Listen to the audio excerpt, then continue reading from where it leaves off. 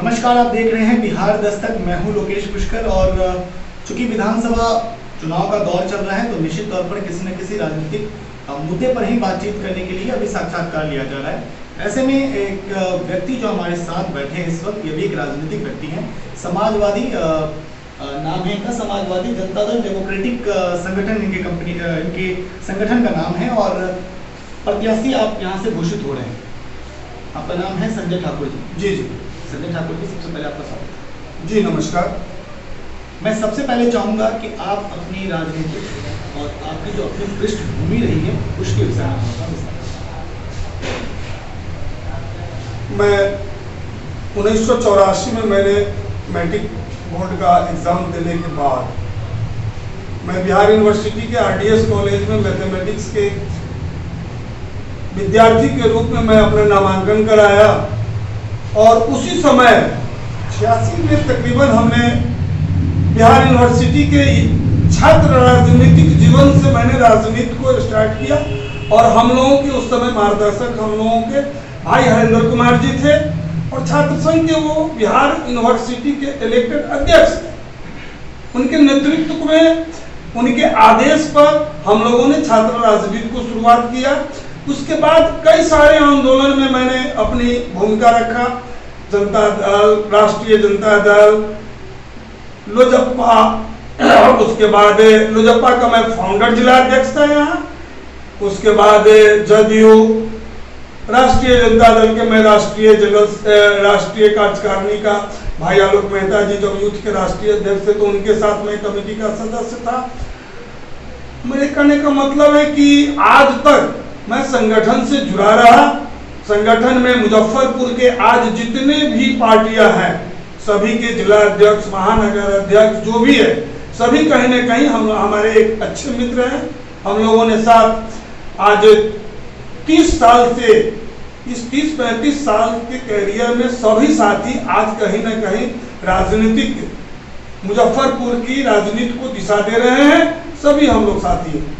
कहीं न कहीं हम लोगों की हमेशा वार्तालाप मुलाकात होती है और आज आपके बीच में मैं उसी आशा और विश्वास के साथ और वही राजनीति का जो हमको सीख मिला, जो मुजफ्फरपुर के जो राजनीति करने वाले दिशा निर्देशक थे, जो मुजफ्फरपुर की राजनीति का दिशा देते थे, उन लोगों से जो कुछ सीखने का मुझे मौका लगा, आज मुझे लगा कि नहीं, मुजफ्फरपुर के लिए सही में अब समर्पण भावना से कुछ करना चाहिए। जो मैंने किया वह एक देखा देखी किया, लेकिन एकदम कड़ी से कड़ी में समर्पण भावना से करना चाहिए। और इसी परिप्रेक्ष्य में आज 2020 के चुनाव लड़ने का मैंने मन बनाया और मुझे लगा कि ये नहीं, ऐसे पार्टी से हमको उम्मीदवार बनना चाहिए। मेरा नेता वैसा होना चाहिए जिसने समाज के लिए कुछ किया होगा। और उसी में हमको लगा कि नहीं, राष्ट्रीय अध्यक्ष जो समाजवादी जनता दल डेमोक्रेटिक के हैं, देवेंद्र प्रसाद यादव जी, इनके बारे में एक लाइन में जरूर कहना चाहूंगा। जब भारत सरकार की जब मंत्रिमंडल की गठन हुई तो माननीय प्रधानमंत्री देवगौड़ा जी के मंत्रिकाल में खाद्य आपूर्ति मंत्री बने और आज जो 2 रुपए और 3 रुपए जो चावल और गेहूं की जो हम लोग चर्चा करते हैं, वही देवेंद्र प्रसाद यादव जी के कलम से भारत के गरीब जनता के लिए दिया गया। आज इस कोरोना के पीरियड में भी यह वरदान साबित हो रहा है। और दूसरा मैं एक चीज और उनके बारे में बता दूं, वह व्यक्ति की जो त्याग थी, 3 महीना का प्रथम बार सदन का बिहार विधानसभा का सदस्य वह व्यक्ति बना और उन्होंने सभी मुजफ्फरपुर के गार्जियन साथी को ख्याल होगा कि उन्होंने 3 महीना में सदन की सदस्यता थे। करपुड़ी जी जब मुख्यमंत्री बने थे तो उनके लिए उन्होंने त्यागने का काम किया। तो इसलिए कहीं न कहीं हमारे अंदर यह है कि उस गरीब जनता को जो 74 साल की आजादी के बाद जहां के तहां खड़ी है, उसके लिए कुछ करना चाहिए। मुजफ्फरपुर को जो हमारे जनप्रतिनिधि ने बीमारू मुजफ्फरपुर के नाम से घोषित किया है, जबकि इतनी बड़ी मुजफ्फरपुर की जनता ने अपनी मेहनत से कमा करके स्मार्ट सिटी को मुजफ्फरपुर में लाने का काम किया, उसको सही ढंग से संचालन नहीं हो पाया। ये हमारी कहीं न कहीं जो संकल्पित हमको होना चाहिए, जो हमको दिशा तय करना चाहिए, वो हम भटक गए और विपरीत दिशा में जो तय हुआ, जिसका कारण है कि आज तक मुजफ्फरपुर की दुर्दशा है। और इस दुर्दशा को सही रास्ते पर और एक चमक दमक और एक अच्छे सुसज्जित मुजफ्फरपुर बनाने के लिए मैं संकल्पित हूं और उस ओर मैं काम करने के लिए भी अग्रसर हूं। इसीलिए मैं आज मुजफ्फरपुर 2020 का चुनाव लड़ने के लिए आपके बीच में आज मैं उपस्थित हूं। आपके हिसाब से मुजफ्फरपुर की विकास कहाँ रुकी हुई है और क्या क्या मुजफ्फरपुर में और चीज होनी चाहिए? देखिए, मुजफ्फरपुर तो हम लोगों को मानना पड़ेगा कि व्यवसाय मंडी है। यहाँ कोई कल कारखाने नहीं है। जितने भी कल कारखाने थे अभी तो IDPL, बटलर सारे के सारे बंद हो गए। चीनी मिल से लेकर के छोटे छोटे जो कुटीर लगी उद्योग है सारे बंद हो गए। बियाड़ा के जमीन को अब कहीं भूमाफियाओं का नजर लगता होगा उस जमीन पर, क्योंकि वो उद्योग तो मुजफ्फरपुर में काफी तेजी से फल फूल रहा है। उस पर कहीं कोई प्रतिबंध नहीं है, न सरकार देख रही है, न सरकार को पूंजी लगाना पड़ता है। तो ऐसी स्थिति में जो मुजफ्फरपुर की जो दुर्दशा हुई, यहाँ की विधि व्यवस्था इतनी गिरती चली गई क्योंकि कोई देखने वाला नहीं है। सही ढंग से न प्रशासन और जनप्रतिनिधि का क्या तारतम्य होना चाहिए, लोक शक्ति में क्या निहित है। आज के जनप्रतिनिधि तो बस जनप्रतिनिधि हो जाते हैं और उनको सोचना चाहिए कि जो लोक शक्ति में जो हमारा संवैधानिक अधिकार है उसके तहत मैं अपने आम आवाम और जो निरीह जो आम आवाम है उसके लिए मैं कुछ कर सकता हूं। इस तरह की प्रदर्शन की तो कमी है। लोग तो डरते हैं जनप्रतिनिधि किसी भी पदाधिकारी के ऑफिस में जाने के लिए, उनसे बात करने के लिए डरते हैं।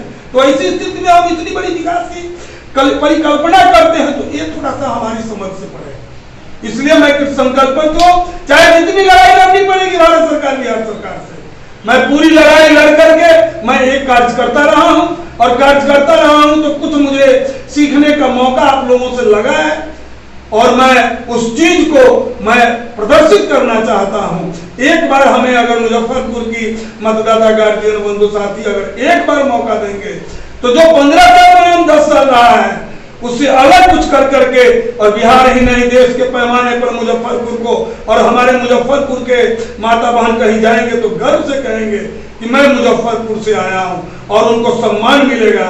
ऐसी व्यवस्था मैं करने की कोशिश करूंगा। क्या क्या करेंगे आप मुजफ्फरपुर को विकसित बनाने के लिए और यहाँ के लोगों को रोजगार उपलब्ध कराने के लिए, चीजों को समृद्ध करने के लिए क्या कुछ करेंगे? क्या विजन है आपके पास? जो हमारा बंद पड़ा जो उद्योग है, देखिए सबसे बड़ी बात है कि संकल्पित होना पड़ेगा कुछ करने के लिए। और जिस दिन आप संकल्प कर लेंगे उस दिन रास्ता बनती चली जाएगी और कोई आपके सामने रोड़ा जो खड़ा होगा अपने आप हटता चला जाएगा। उसमें हमको मुजफ्फरपुर के आम आवाम की सहयोग की जरूरत पड़ेगी और उसके बाद में चाहे भारत सरकार हो बिहार सरकार हो झुकना पड़ेगा। तो मैं विश्वास आपको दिलाना चाहता हूं, हम लोग एक संगठन के साथ साथ आंदोलन से उपज एक विद्यार्थी संगठन से लेकर के आज तक हम लोगों ने आंदोलन कर करके और जीतने का काम किया है। मैं जानता हूं और मैं जानता हूं इस आशा और विश्वास के साथ मैं मुजफ्फरपुर के वासी को मैं विश्वास दिलाता हूं कि आप एक बार विश्वास करें। आप विजन क्या होगा, क्या करेंगे आप, किस तरीके से डेवलप करने के लिए तो यहाँ काफी पड़ा हुआ है। यहाँ संसाधन की कमी नहीं है मुजफ्फरपुर में। ये लोग जो कहते हैं कि यहाँ केवल कृषि पर केवल हम आधारित हैं इसलिए हमको केवल उसी को, ऐसी बात भी नहीं है। हम कृषि पर आधारित हैं, हमारा 80% नागरिक यहाँ हम कृषि पर आधारित हैं। लेकिन उसके साथ अगर यहाँ कल कारखाना जो हमारा लीची का बहुत बड़ा हम प्रोजेक्ट लगा सकते हैं, केला का बहुत बड़ा हम प्रोजेक्ट लगा सकते हैं, कृषि आधारित ही मान लीजिए हम उसी पर लगा सकते हैं। और भी बहुत सारे जो उपज यहाँ होते हैं, सब्जी की हमारे यहाँ एक अच्छी फसल होती है, उसका जो होना चाहिए स्टोरेज से लेकर के ट्रांसपोर्टेशन से लेकर के ट्रांसफर तक चाहे विदेश भेजने की सुविधा, वो सब अगर ढंग से यहाँ व्यवस्था होगा तो जितनी टैक्स का पैसा मुजफ्फरपुर से बाहर जाता है केवल उसको रोक करके हम कल कारखानों को शुरू कर दें तो हम काफी बेरोजगारी को हम महसूस करता हूं कि कम कर दूंगा और जो विकास की योजनाएं बाहर से लाऊंगा तो उसमें ज्यादा से ज्यादा श्रमिक उसमें कहीं ना कहीं से अपने योगदान देंगे जिससे उनकी बेरोजगारी दूर होगी। ये तो एकदम वो तो हमारे ऊपर निर्भर करता है, जनप्रतिनिधि के ऊपर निर्भर करता है। और एक जनप्रतिनिधि लोक शक्ति में इतनी ताकत नहीं है हमारे संविधान में, एक जनप्रतिनिधि कृत संकल्पित हो जाएगी तो जो मुजफ्फरपुर की जो बिगड़ी व्यवस्था है उसको तो मैं समझता हूँ साल भर काफी है ठीक करने के लिए, बहुत है साल भर। चलिए ठीक है, ये तो आपने बताया, इससे काफी वाकई अगर इंडस्ट्रीज आती हैं तो रोजगार तो उत्पन्न होगा, इसमें कोई संदेह नहीं है। स्वास्थ्य सुविधा की जो बात करते हैं, सदर अस्पताल हो या फिर आपका SKMCH हो, दोनों ही जगहों की स्थिति बहुत खराब है। कैसे वहाँ की परिस्थितियों को आप ठीक करेंगे, क्या कुछ सुविधाएं वहाँ पे देने की प्रयास करेंगे? क्योंकि अभी क्या होता है कि जो गरीब तबका है वो वहीं जाता है और मजबूर है, अमीर तबके तो फिर भी किसी प्राइवेट हॉस्पिटल में या बाहर चले जाते हैं, गरीबों के लिए आज भी वही दो जगह हैं, तो वहाँ की स्थिति से सभी अवगत हैं, कैसे उसका सुधार? एक चीज मैंने पिछले दिन भी हमको मौका लगा तो मैंने कहने का काम किया, केवल अब स्वास्थ्य ही नहीं, शिक्षा की भी बड़ी बदतर स्थिति है।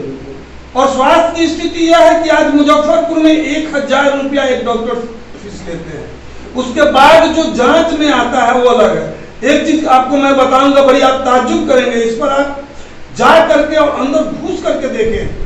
हमारे यहाँ 2 डिवीजन, ऐसे तो बहुत है, लेकिन एलोपैथी में 2 डिवीजन है, जनरल और इथिकल 2 डिवीजन है। जबकि जनरल का प्रोडक्ट का कीमत अगर 10% होता है तो हम 100% में बाजार में बेचते हैं। कितनी लंबी मुनाफा है उसमें। एक भी जगह ये चीज जो मैं गया था, तो जो आपको मैं बता दूं कि जो कोढ़िया अस्पताल के नाम से मुजफ्फरपुर में चर्चित है, एक संस्था की वो लेकिन उसके जब मैंने दवा को जो देखा, जो लिखता है दवा, उसको जब मैंने देखा तो हमको लगा कि कहीं न कहीं यहाँ तो बड़े पैमाने पर लूट होती है, जबकि उसको बहुत NGO है, बहुत उसको ट्रस्ट, उसको चलाने के लिए देश विदेश से सहयोग मिलता होगा। ऐसी परिस्थिति में हम मुजफ्फरपुर के लोग दिग्भ्रमित होकर के लूटे जा रहे हैं। ये स्थिति स्वास्थ्य की है। शिक्षा की व्यवस्था है, जब बिहार सरकार ने गरीब बच्चों को 3 किलोमीटर के जो दायरे में विद्यालय से 25% बच्चे को, गरीब बच्चे को मुफ्त में पढ़ाने की बात कही, आप लोगों को मालूम होगा, लेकिन आज तक इस पर प्रशासन ने ध्यान दिया? कभी गरीब के बच्चों को निजी विद्यालय वाले नामांकन लेते हैं? उतना ही नहीं, नामांकन लेने की तो दूर की बात होती है, दुगुना फीस, चाहे बस का किराया हो तो, चाहे विद्यालय का किराया हो तो, कभी उसका एनालिसिस होता है कि आज अगर 500 रुपया फीस अगर एक बच्चे से लिया जाता है तो साल भर में 1200 रुपया कैसे हो गया? इसकी कितनी % की बढ़ोतरी होती है? इस पर कभी प्रशासन ने आज तक ध्यान दिया? इसलिए एक मैंने पहले ही कहा कि एक विजन होना चाहिए, एक सोच होना चाहिए और सोच के प्रति कृत संकल्पित होना चाहिए। जिस दिन जनप्रतिनिधि सोच ले और अपने अधिकार का सही प्रयोग कर दे, उस दिन कहीं का विकास तो आम जनता को खोजना नहीं पड़ेगा, उसके दरवाजे पर स्वतः विकास चला जाएगा। अच्छा, वर्तमान में यहाँ जो विधायक है, नगर विकास आवास मंत्री भी है, जब भी कभी किसी प्रकार की समस्या से के विषय में बात करते हैं, जैसे जल जमाव, तो हमेशा वो नगर निगम पे ही सारा भार डाल देते कि नगर निगम काम नहीं कर रहा है, फिर नगर निगम से पूछो तो वो मंत्री जी पर सारा बात कर देता है, तो ये निरंतर चलता चला है। आप जब मान लीजिए कि चुनकर आते हैं, जब वहाँ पे लोग विश्वास जताएंगे, आप अगर यदि विधायक बनकर आते हैं तो सामंजस्य को कैसे बैठाएंगे? क्या लगता है, क्या वाकई नगर निगम ही इसका पूरा जड़ है जो जल जमाव लगता है, या अन्य समस्याएं जो आती हैं सड़क पे, जैसे कूड़ा का अभी फेंका जाना, ये सब जो भी समस्याएं नगर निगम से जुड़ी हुई, कैसे आप इसको सोचते हैं? देखिए, इसमें कहीं न कहीं कोऑर्डिनेशन का अभाव है, सामंजस्य का अभाव है। सबका अपना दायरा है। निगम बोर्ड है जो खुद सरकार है, निगम वो खुद निर्णय ले सकती है।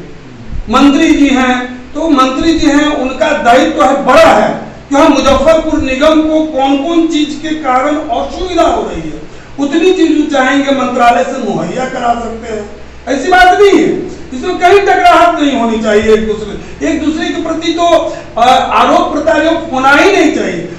निगम के पास अपनी, मैंने कहा ना, एक चीज और मैं खुलासा कर दूं कि मुजफ्फरपुर के रजिस्ट्री ऑफिस से जितनी करोड़ों में पैसा मिलती है, जो टैक्स का पैसा, पूरे मुजफ्फरपुर जिला का, मुजफ्फरपुर शहर को सभी लोगों ने देने का काम किया। ये बहुत बड़ी बात है। आज हमको 30% अगर सभी मकान भवन का टैक्स का सही ढंग से वसूली हो जाए। आज आपको पता है कि जो विकास की राशि आती है नगर निगम में, वो पैसा वहां के स्टाफ को भुगतान होता है, महीना के रूप में भुगतान किया जाता है, उसको वेतन के रूप में भुगतान किया जाता है, जबकि वो पैसा विकास का पैसा है। आज उस दिन भी हमारी नगर आयुक्त से वार्ता हुई थी, तो 7 निश्चय के पैसा कमी नहीं है। 7 निश्चय के कार्य का यहाँ के चाहे जिस स्तर से हो, कार्य के हो जाने के बाद भी महीनों लंबित पड़ा रहता है। कमजोर गरीब परिवार के जो संवेदक बेरोजगार है जाकर के काम करते हैं, अच्छी खासी उनकी रकम फंसी रह जाती है, जबकि पैसा की उपलब्धता 7 निश्चय में पैसे की कमी नहीं है। एमएनसी मद में पैसे की कमी रहती है, तो एमएनसी मद में थोड़ी सी है दिक्कत है, जिस चीज को हम लोग सभी लोग समझते हैं। तो उसके लिए फिर सरकार है, बिहार सरकार है, भारत सरकार है, सभी रुपया देगा। वो तो जनप्रतिनिधि हमें, तो हमें कैपेसिटी हो कि हम कितना हम वहां से ले आ रहे। पैसा जितना एक सरकार को, बिहार सरकार के चलाने के जितना बजट होता है, उतना भारत सरकार का एक मंत्रालय का उससे ज्यादा का बजट पड़ता है। वो तो हमको वहां से अपने रुपया के स्रोत को, बिहार में हो, मुजफ्फरपुर में हो, हमको जोड़ने का काम केवल एक जनप्रतिनिधि का मतलब कोऑर्डिनेशन होता है। एक जो जिला के पदाधिकारी है, जिला के वरीय पदाधिकारी है, भारत सरकार है, बिहार सरकार है, सभी से कोऑर्डिनेशन करके हम गरीब किसी कोई पिटीशनर मेरे यहाँ अगर आता है, कोई काम कराने के लिए आता है, तो उस पिटीशन को लेकर के मैं एसपी साहब के यहाँ जाऊंगा, तब तो एसपी साहब उस पर कार्य करेंगे।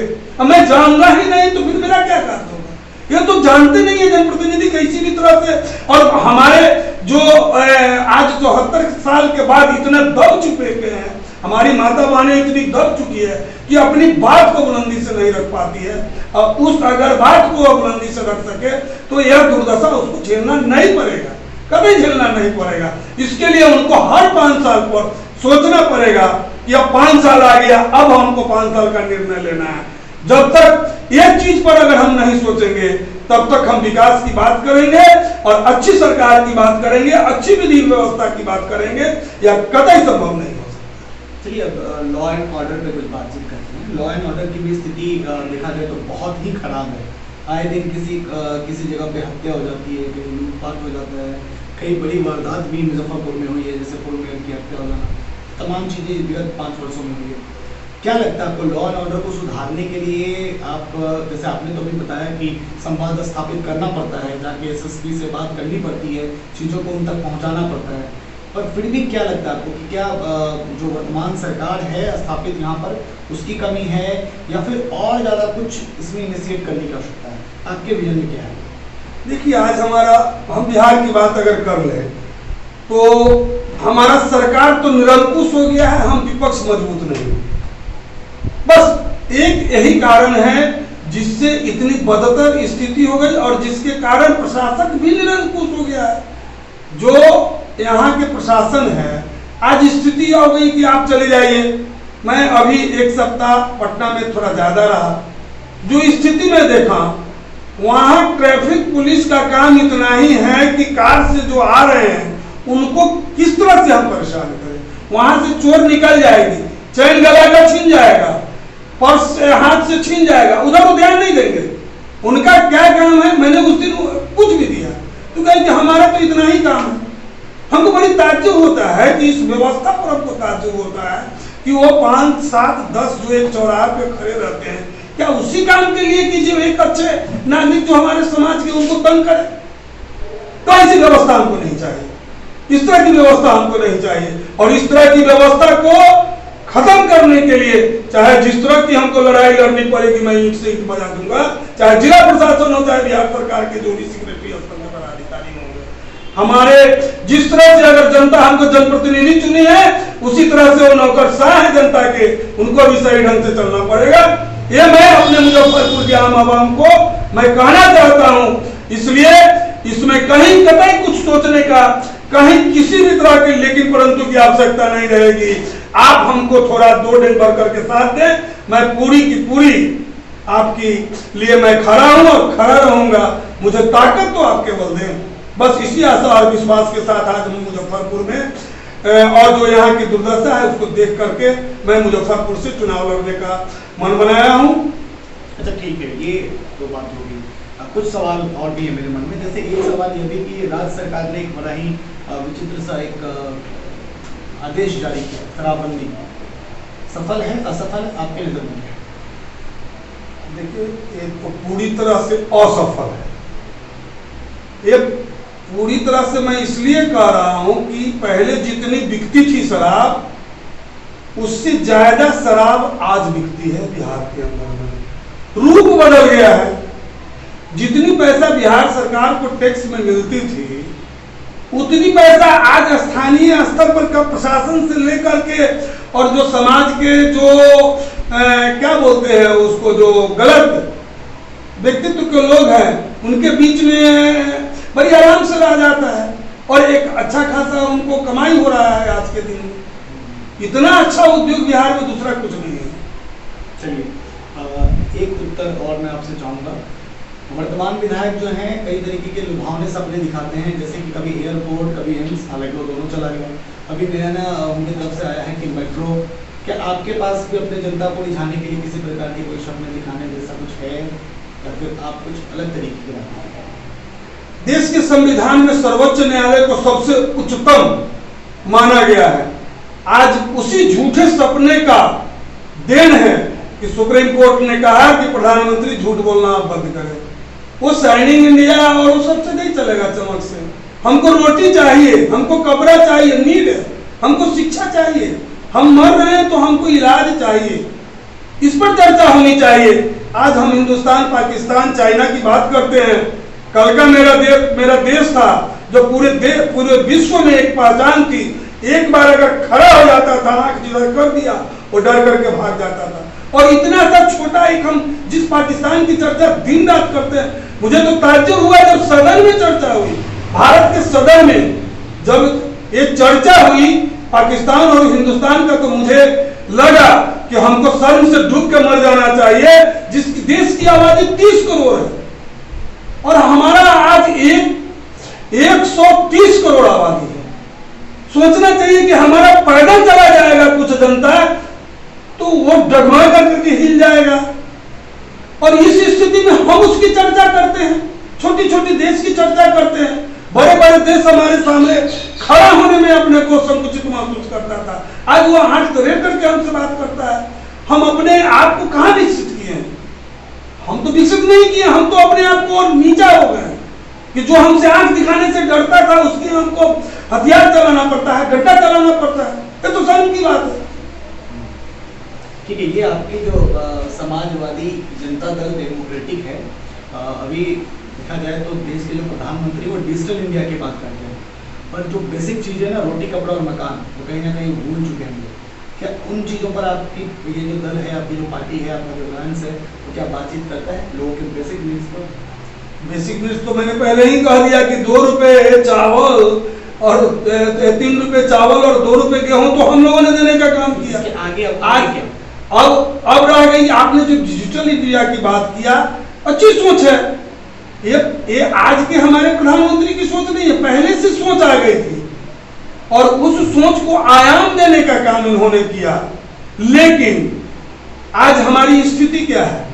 हम किस लिए इसको इस डिजिटल इंडिया को जो हम लाए, क्या इसलिए कि हम MTNL, BSNL, आज रेलवे को निजीकरण, जो हमारा एक श्रम का साधन, इतना बड़ा साधन था जो संस्था, उसको हम खत्म कर दें और बेरोजगार को मैं यहाँ लंबी फौज खड़ा कर दे, जिससे आने वाला जो मेरा कल है उसका सारा एक सुसज्जित तैयार नहीं होकर के चोर क्रिमिनल और बाजारू बने? नहीं, ऐसी सरकार मुझे नहीं चाहिए और ऐसी अच्छी डिजिटल इंडिया मुझे नहीं चाहिए। मुझे बस इससे मुझे लगता है कि मैं कल के दिन में बहुत ही अच्छा था ऐसे डिजिटल इंडिया से। इसलिए मैं चाहूंगा कि इसमें जो भी जनप्रतिनिधि हैं इस पर चिंतन करें कि हम देश को कहाँ ले जा रहे हैं, कहाँ है, इस पर चिंतन करना पड़ेगा देश को, तब हमारा एक देश सुसज्जित और एक मजबूत देश बन सकेगा। अंत में आप अपनी जनता को या फिर जो दर्शक हमें देख पा रहे हैं, हम आपको जवाब नहीं, अच्छा उनको कुछ आप कुछ कहना चाहते हैं या फिर अगर आपको छूट गया है या कुछ बोलना चाहते हैं? नहीं, आपने अभी हमसे कहा कि आपने चर्चा किया एयरपोर्ट से लेकर के और मेट्रो तक की आपने चर्चा किया। बड़ा दुख होता है, इतना दुख होता है कि हम जनप्रतिनिधि क्यों मांगते हैं। और वही मुजफ्फरपुर से शर्म की बात है कि मुजफ्फरपुर से चला गया, एयरपोर्ट चला गया, एम्स चला गया।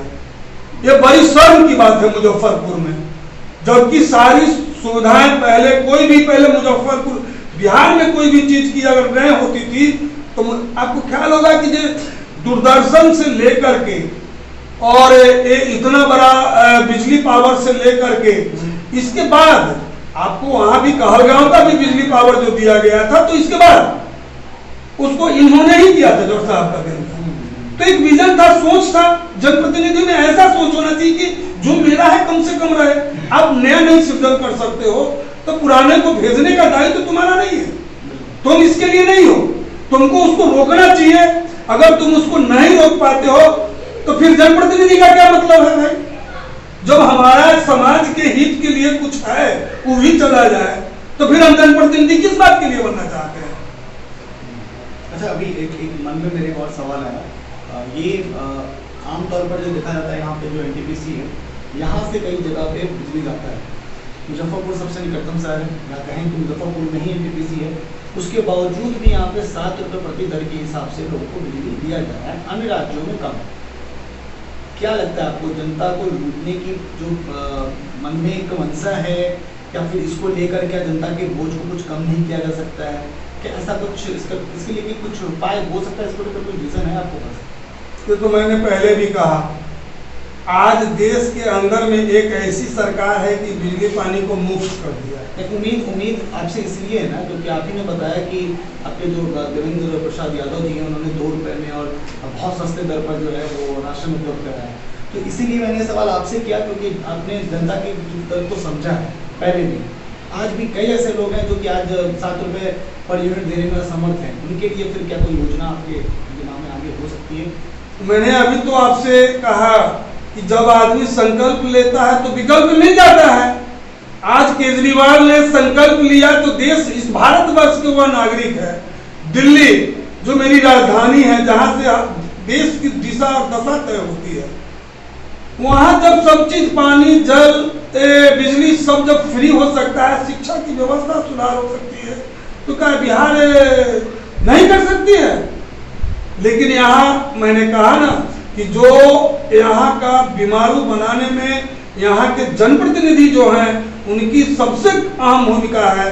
और जब तक बिहार इस चीज को नहीं समझेगी तब तक जितना इनकी दुर्दशा हुई है, इससे ज्यादा आने वाले समय में दुर्दशा होगी। इस चीज को समझना पड़ेगा। और मैं समझता हूँ कि एक कोई बड़ी चीज नहीं है जब आदमी को संकल्पित होना पड़ेगा कि इस चीज को मुझे करना है, लक्ष्य निर्धारित करना पड़ेगा।